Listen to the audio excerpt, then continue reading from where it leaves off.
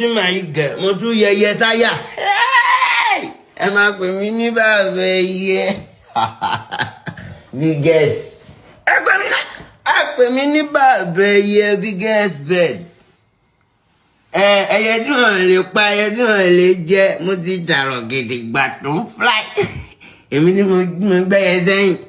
Oh more guys, no be smart, you know, I'll be like bicycle, hold up. I'm gonna play the rest of the clip for us to hear everything Portable said. During a live video on TikTok, Portable actually said something. He said he's the real biggest bird, saying don't Dethrone Wizkid, saying I am be the real biggest bird. Hear everything Portable said and share your thoughts on what you guys think. Let me know your opinions on what you guys think about this, and don't forget to subscribe. Big Vicky, I'm out.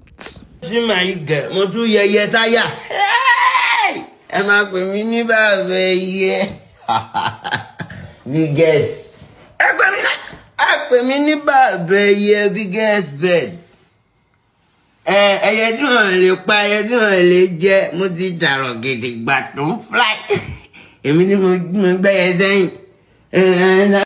If I no dey responsible, my housewife no go love me. Ṣé ń gbọ́? There get one thing wey I want make una dey understand. Kò sí bó bá ṣe lè jẹ́ ẹni tẹ́ bá ń lé ẹ máa respect yẹ. No be say I talk say I no get plenty wife. Mo fẹ́ yín sílé ọ̀tọ̀ọ̀tọ̀ ni kò ń ṣe inú yàrá kan ilé kan ni mo fẹ́ yín sí. Disturb ara yín náà. Ó wá ní kẹ́ máa lọ máa cast feelings. Ṣé mọ̀ pé bẹ́ẹ̀ yẹn cast feelings ní àwọn ọkùnrin kan máa ní issue pẹ̀lú àwọn obìnrin tó kù ni. When you say you love me, keep it to yourself. When you see me, show me the love. Don't tell people. Must you cast? Everything I do, must you cast? Àwọn tẹ bá ń lé gan àmọ́ ayé tó ti jẹ. Tẹ bá jẹ́ làjì ẹ̀ ńkọ́.